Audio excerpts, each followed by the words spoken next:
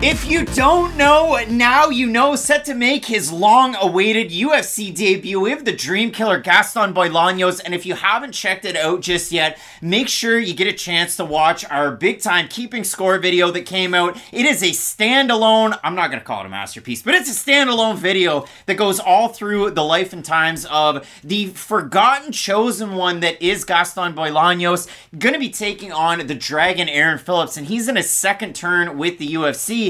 And if you look at a matchup like this, Matt, I'm going to kind of hand it off to you because I really do hope people can check that video out. But when you look at it for a guy like Gaston Bolanos, I mean, all of his pro MMA fights are with Bellator. He had pro kickboxing fights with Bellator. 23-3-1 as an amateur Muay Thai fighter. He was an international and national champion. And I know he's from Peru, but that's internationally and in the United States. A great kickboxing record, 8-1 as a professional Muay Thai artist. And he had a Muay Thai fight over with Lion Fight. He almost got finished in that one, ended up losing a decision, goes into his first pro fight, he looks amazing, loses a couple along the way, and I know a lot of people are going to look at the losses on Bolanos' record and they're going to go, hey, his takedown defense is bad and his jiu-jitsu must be pretty bad.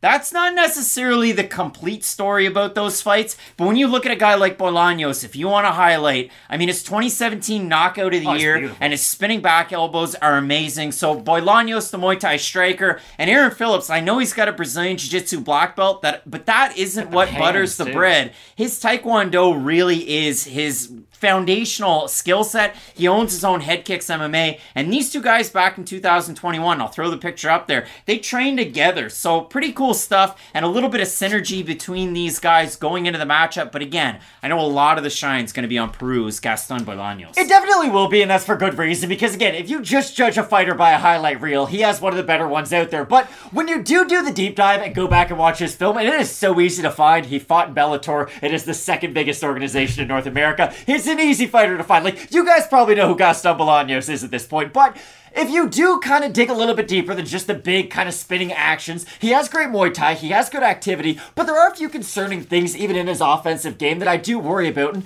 a guy like Aaron Phillips might not be able to take wholesale advantage of some of those issues that Bolanos has, but we should still talk about these issues just in case they do come up in this fight and any coming forward. Bolanos is great offensively, but he is a fighter who gives up a lot of defense in pursuit of his own offense. And the thing too is, not only is it the wide base with his hands, when he's throwing, he's not a guy who's going to keep the opposite hand up by his head while he's throwing. He will throw with a little bit of reckless abandon, and Alex Pereira thought he had Adesanya kind of hurt, right? So he went for it. Not to that level, but you get an idea of that. Like, if Bolanos is having a lot of success, it's not that he can be his own worst enemy, but think about fighters like Merab Dvalishvili. I know his wrestling's at the forefront of his game. There's a lot of spinning back fists. Bolanos can kind of fall into a rivet every now and then of just sort of throwing some of the most similar techniques, and I do worry about that, but to his credit, like you had said, he's been off for a year, and he does have a great foundational skill set to build upon. Now, he is 30 years old, so if we don't really see the improvement in this fight, I will start to question if we will start to see it after this fight, but the Muay Thai is so kind of show-stopping that it definitely deserves entry into the UFC, and this fight against Phillips should give him the chance to showcase. It's really weird for me because Aaron Phillips, he came in, made his UFC debut at 24 years old, UFC 173, lost to Sam Cecilia, he loses his next fight, he's out of the UFC, and he had 3 years off from pro MMA.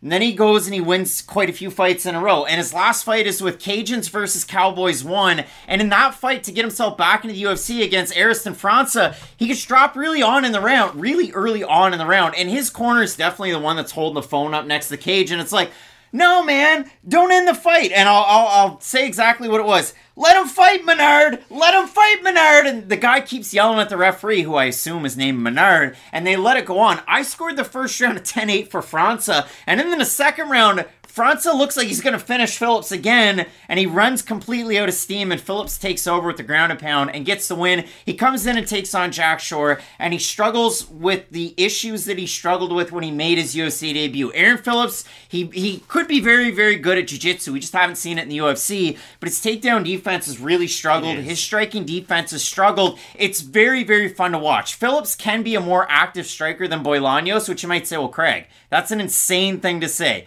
Go back and watch these Bolanos fights. Great leg kicks, the spinning elbows are there, the spinning kicks are there, but there's large portions of inactivities on the load-ups, and he can wait to try and find his perfect shot to the point where his opponent can really start to have success. And I picked out some of these fights, and I really did go into, again, a lot of detail on that episode of Keeping Score, so check it out. But the fight against Brandon LaRocco that he lost by submission. In the first round, he gets dropped by a right hand really quickly. In the second round, it's a spinning wheel kick jump knee that drops Bolanos again, and then he's really kind of in the abyss. LaRocco takes it down, gets the submission. In the fight against Daniel Carey that he loses, again, he goes, Carey swings a right, Bolanos ducks, Carey jumps guillotine, and he gets submitted. So for Bolanos, even in the solo Hatley fight, I thought there was a good argument that Bolanos won, even though large portions of that fight were spent on the mat. But Hatley kind of gassed himself out, and all he did was wrestle, whereas Bolanos, even off his back, was throwing elbows, punches, kind of like Bisping against Georges St-Pierre, only to a greater extent. But for Bolanos, unless it's highlight reel good, sometimes the defense can cost him, sometimes his own takedown defense can cost him. So in a fight like this, again, Bolanos isn't necessarily a giant favorite in the matchup, but at 30 years old, with the inactivities throughout both of their respective careers, as deep of a freaking dive and a rabbit hole that I went down in terms of watching these guys compete at so many different levels, I have a hard time making a pick, although I feel like Bolanos should win. I don't want to oversimplify it, but we learned this a long time ago with Rick Rufus. This is a classic Joe Rogan story. Muay Thai 90% of the time beats Taekwondo because of leg kicks. I don't want to oversimplify that because Aaron Phillips is much more than a Taekwondo artist. Like you had mentioned, he does have a lot of grappling. He has decent boxing too, because normally when you think about Taekwondo, you think about a guy who has to use his kicks to get into boxing range. But when Phillips does play on his feet, not that he can't get clipped himself, but he does have decent hands.